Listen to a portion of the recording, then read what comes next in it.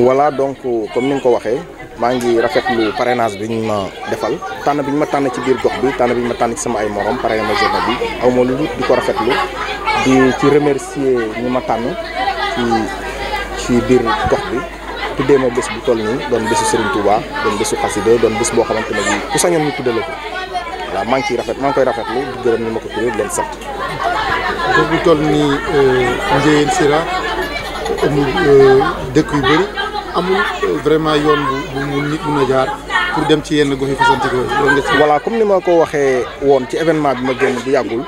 dama koy jooy di ko jooyaat Ndiéyène Sirakh mën naa ne moo nekk seule commune boo xam ne mi ngi ci région de Thiès ci département de Thiès te mën nañ ne département Thiès moom mooy cœuru Sénégal te amul benn mètre goudron c'est pas normal. te bu ñu waxee ne ay commune ngeen en plein exercice dafa war a am ay mesures d'accompagnement te mesures d'accompagnement boobu infrastructure routière daf ci bokk éducation daf ci bokk santé daf ci bokk yooyu yëpp manqué nañ ko te dañ ko war a am fii ci commune Ndiéyène Sirakh parce que suñu comparé suñu bopp ak Ngoundiane comparé suñu bopp ak Thiénaba comparé suñu bopp ak Touba Toul ñooñu dëgg la Touba Toul dafa am marché hebdomadaire boo xamante ne bii économiquement parlant daf koy jàppale muy dox Ngoundiane dafa am carrière boo xam ne économiquement daf koy jàppale di contribuer ci développement au Sénégal c'est vrai Ndiéyène Sirakh amul infrastructure bu ko permettre loolu mais nag ci Sénégal lañ bokk ci département Thiès lañ bokk muy conseil départemental lu mu war a def na ko def bu dee ne lycée bi moo ko war a defar na ko defar ñu ngi koy xaar bu nekkee état bi moo ko war a defar na ko defar ndax commune Ndiéyène Sirakh actuellement nii problème boobu ñu ngi koy dund muy ñaari problème yi nga xam ne saa su ne du may jóg ci di koy xeex di ko jooy muy lycée bi ak tali bi lu ñu war a defal seen doom yi fii la ñuy jógee dem jàngi xombal ak yooyu. suñu doom yi bu ñu amee BFM dañ leen di orienté ñi Touba Toul ñi ñu yóbbu leen Ngoundiane ñi ñu yóbbu leen xombal dañuy dem ba bàyyi jàng ndax ñàkk fu ñu nekk kon lu mel noonu bu amee vraiment état bi waroon na gestu commune Ndiéyène Sirakh ndax loolu ñu jëlee ko fi ñi nga xam ne dañoo am li ñuy wax droit d'éducation dañoo war a jàng mais boo amul foo nekk doo jàng seen parents yi amuñu doole war leen a mën a fekk di leen fayal fu ñuy nekk ci ay këru jàmbur lañ leen di yóbbu bu ñu demee conditions yi du réunir comme ni ñu ko xalaatee dañuy obligé bàyyi seen jàng dem Dakar di defi leneen te loolu c'est pas intéressant saa su ne ngay dégg ci rajo ak télé yi ñuy jooy naan di jaay naan éducation te éducation def infrastructure def si bokk donc ñun loolu lañ nekk di jooy état moo ko war a def ou bien conseil départemental ñoo ko war a def des lycées bi la kenn ku ne ngi naan yow la léegi nag li ñu bëgg mooy kum ci mën a doon ngeen defaral ñu lycée bi très rapidement suñu doom yi dootuñu dem Ngoundiane dootuñu dem Touba Toul dootuñu dem xombal ngir def ay di jàng ay collège ay lycée et cetera. waaye problème wér-gu-yaram également nekk na fi jafe-jafe loolu. waaw problème wér-gu-yaram nekk na fi jafe-jafe nekk na lu ñuy jooy di koy jàmbat ndax dëkk yu mag yi gros village yi ñuy woowee ay gros village lu ci mel ni Ndingler ñoom case de santé lañ am mais case de santé ba il n'est que de nom amul équipement amul dara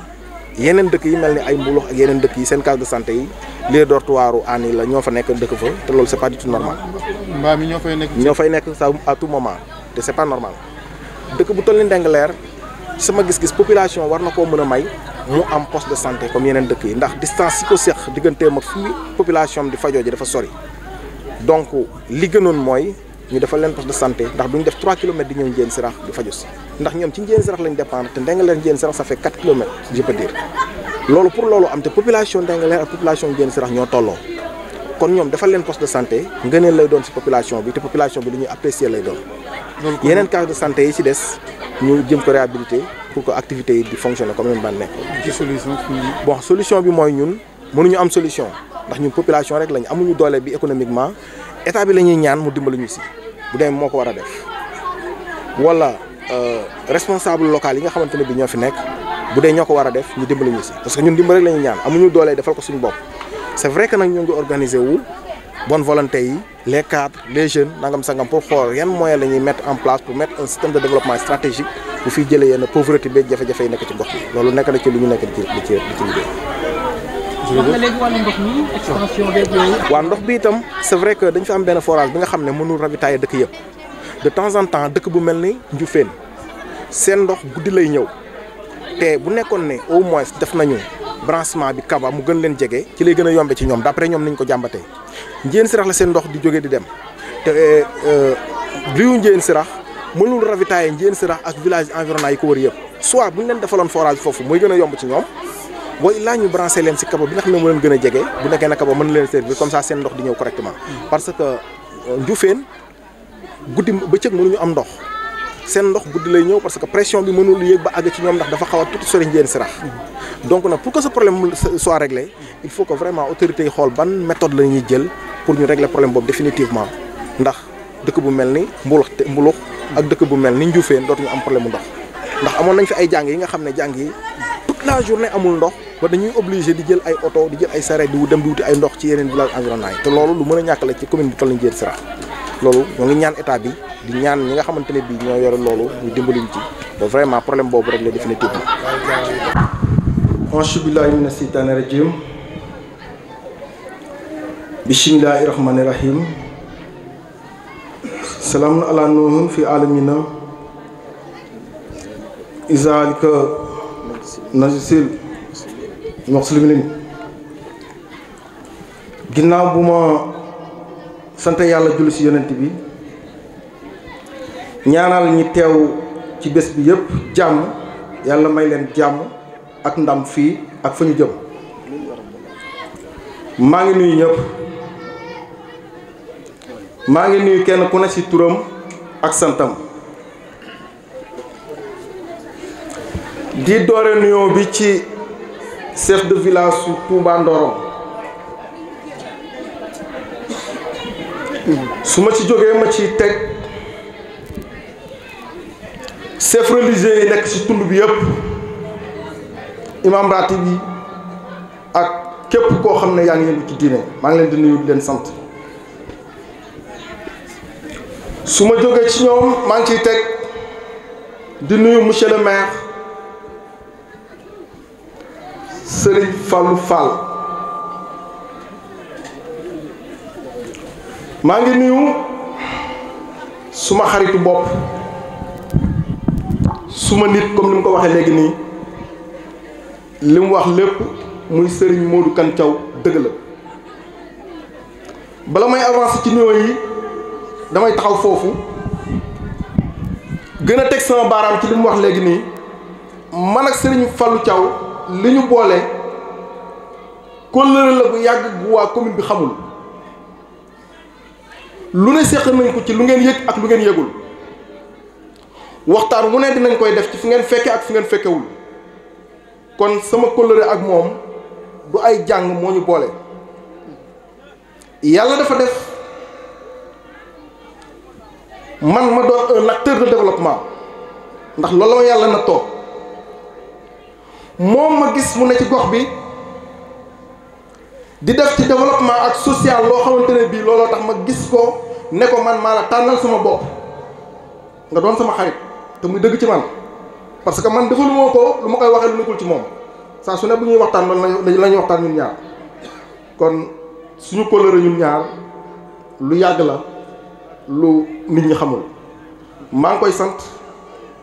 di ko gërëm di ko jox wàccuwaayam di feddali sama kóllëre ak moom su ma ci jógee damay jagleel ay nuyoo ak ay ngërëm ak cant ñi organiser jour bi ñu koy wax jàngi Touba Ndorong te dippee ma ko foofu it dinaa fi taxaw bu baax ndax wolof dafa wax ne genn ko la gudd na lool waaye loo ci laal borom yëg ko man rek doonu ma ndaw ci gox bi man rek nekkuma ci social ci gox bi man rek nekkumay def développement ci gox bi yéen jeune Mbéwane ngeen tànn ma ci sama biir nawle ne ñu jàngi Mbéwane yi am le 20 janvier 2018 yow docteur Babacar Mbaye Lo yow lañ koy tuddee bokk na ci bés yi ma gën a neex ci sama àdduna neex na ma lool maa ngi leen ciy gërëm di leen sant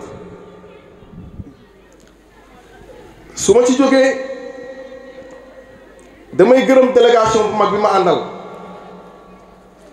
ki nekk ci bopp bi doon suñu mag suñu grand frère monsieur Pape Modou Ngom comme ni ko présentateur bi waxee léegi di ingénieur en télécommunication nekk un membre du parti Jot Sa Réew nekk le vice-président national du parti Jot Sa Réew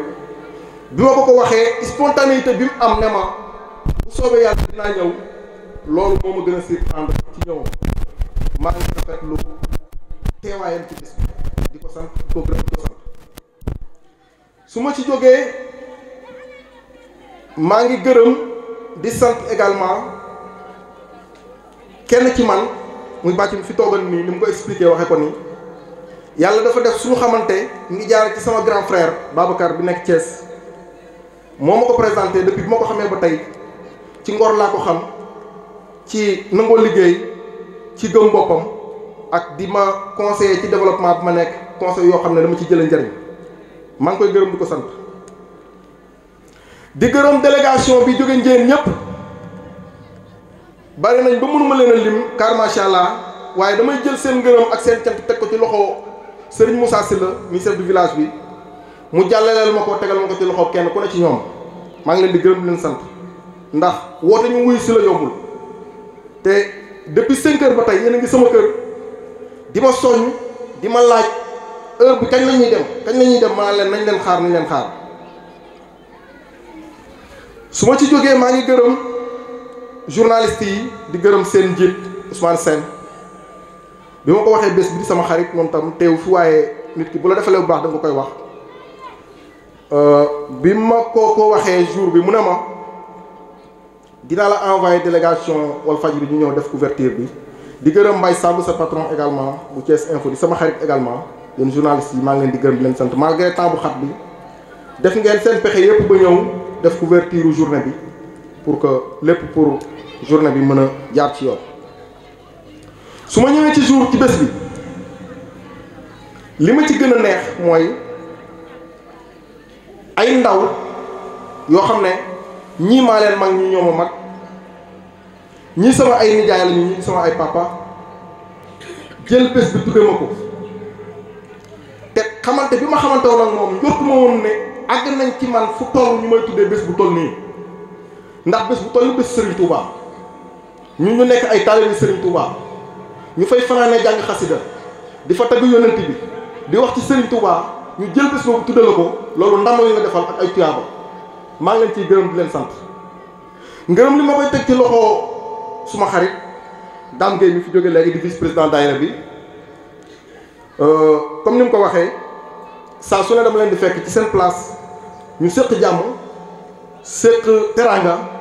séq ay demlante ba yàlla def ñu am ci man yaakaar tuddi ma bés bi te mën koo jox keneen maa ngi leen di sant di leen gërëm di seere ci seen kanam waajur ne ñu am jom lañu ndax nitug mbeewaan surtout jeune mbeewaan seen jom foo ko natt passé na ko exemple bi gën a yomb mooy da ngay dem marché boo dem ci Sénégal ñoom nga fay fekk ñu commencé ci pousse-pousse di natt ay gerte di jaay bu déwénee boo ñëwee da nga leen di fekk ñu teg taabal bu déwén jégee boo ñëwee da nga leen di fekk ñu teg cantine di jaay ci loolu la leen xam muy ay ndaw yu am jom di ay ndaw yu am fulla di ay ndaw yu bëgg seen bopp ay ndaw yu nangoo liggéey dama ne bés bii tey jii bi ma ko jàngatee ak taxawaay bi am ak réussite bi bés bi am dama ne ñoom ndayu mbeewaan tënku nañ ci njàngale Serigne Touba njàngaleem Serigne Touba mooy dafa ñaax ndaw ñu ne leen dem leen liggéey mu ñaax ñu ndaw ne leen dem leen jaamu ji yàlla mu ñaax ndaw ñu ne leen gëm leen seen bopp te xam ne lu dul liggéey ci àdduna moo fi maye li ngay am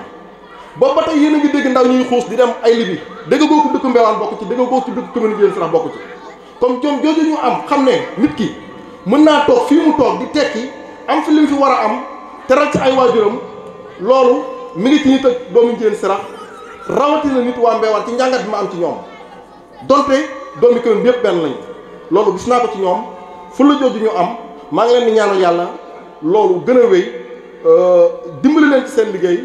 ba li yàlla dogal ci seen njort bi ñu am ci liggéey bi ñuy liggéey yàlla barkeel ko ba ñu mën cee gën a teral seeni waajur donc loolu laa amoon ci loo xamante ne bii dinaa ko wax ci ñi organiser bés bi ak bés bi ma leen di wax nag ne comme man yàlla daf ma natoo mu nekk un acteur de développement lu mel nii ku ma ci woo dinaa la wuy ndax lii mooy développement léegi nii Mass daf ko wax ci communication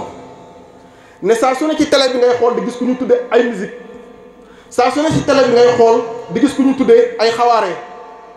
man yàlla natoo ma ñu tuddee ma bésu Serigne Touba aw ma ci lu contentement ak mbégte maa ngi leen ciy santaat di leen ci gërëm di leen wax ne yéene bi ngeen am ci man ba ak yaakaar bi ngeen am ci man ba dippee ma bés bi yàlla bu seen yaakaar tas te yàlla na ko yàlla transformé aw yiw ñun ñëpp ñu jariñu si commune Ndiéyène jariñu si dëkk Mbéwane jariñu ci képp ku yeewoo ci gox bi jariñu si loolu laay ñaan suñu borom yàlla na ko suñu borom def wasalaam. Voilà, moi je m'appelle Dr Babacar Mbaye-Lo, j'habite Ndiéyène Sirakh, la commune Ndiéyène Sirakh. Nous sommes à Touba Mbéwane Ndorong, vous avez été parrainé à cette cérémonie religieuse. Quelle appréciation faites-vous de cette cérémonie? Effectivement, donc j'ai été le parrain de l'événement d'aujourd'hui. Donc satisfaction de bonheur, satisfaction de plaisir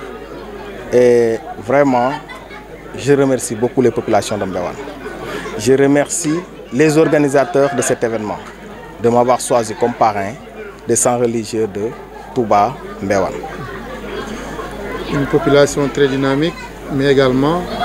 une localité un peu enclavée. Si on voit que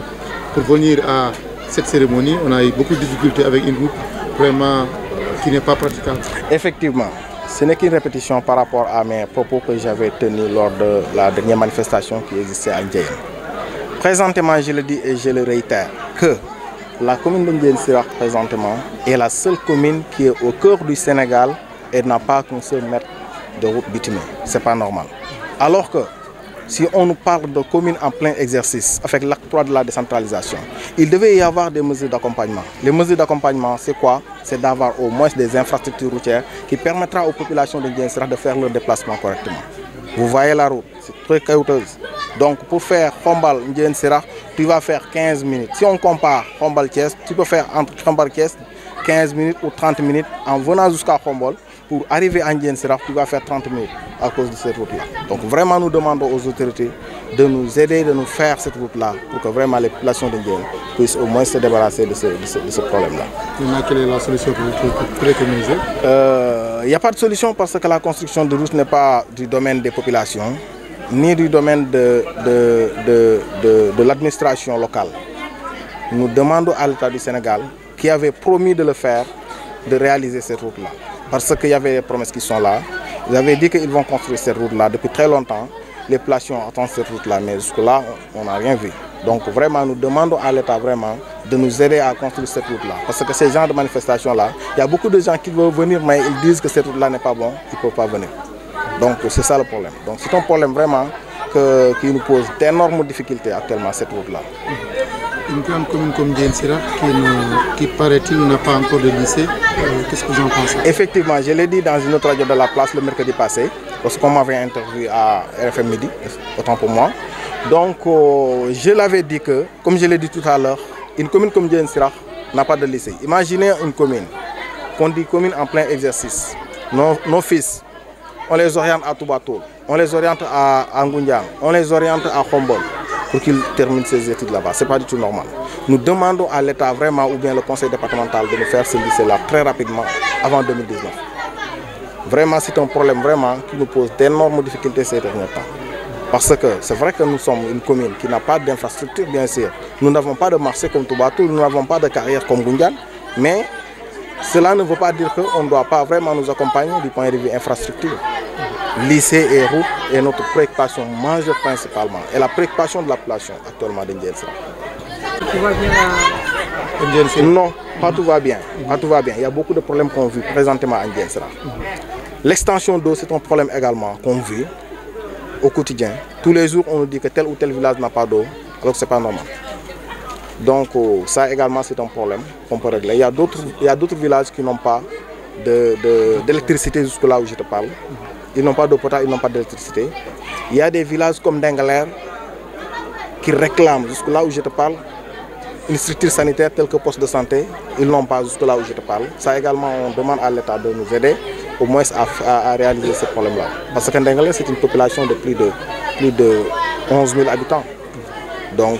à chaque fois, ils réclament pour avoir au moins une structure sanitaire pour ne pas se déplacer pour aller à Ndiéyène ou aller à Khombol. Parce que Dengaler-Ndiéyène, c'est une distance de 3 km, voire même 4 km. Si les populations de Dengaler se déplacent pour venir à Ndiéyène pour se soigner, c'est un autre problème. Donc ça également, c'est un problème. Il y a beaucoup de cases de santé qui sont fermées par manque d'infrastructures et par manque d'activité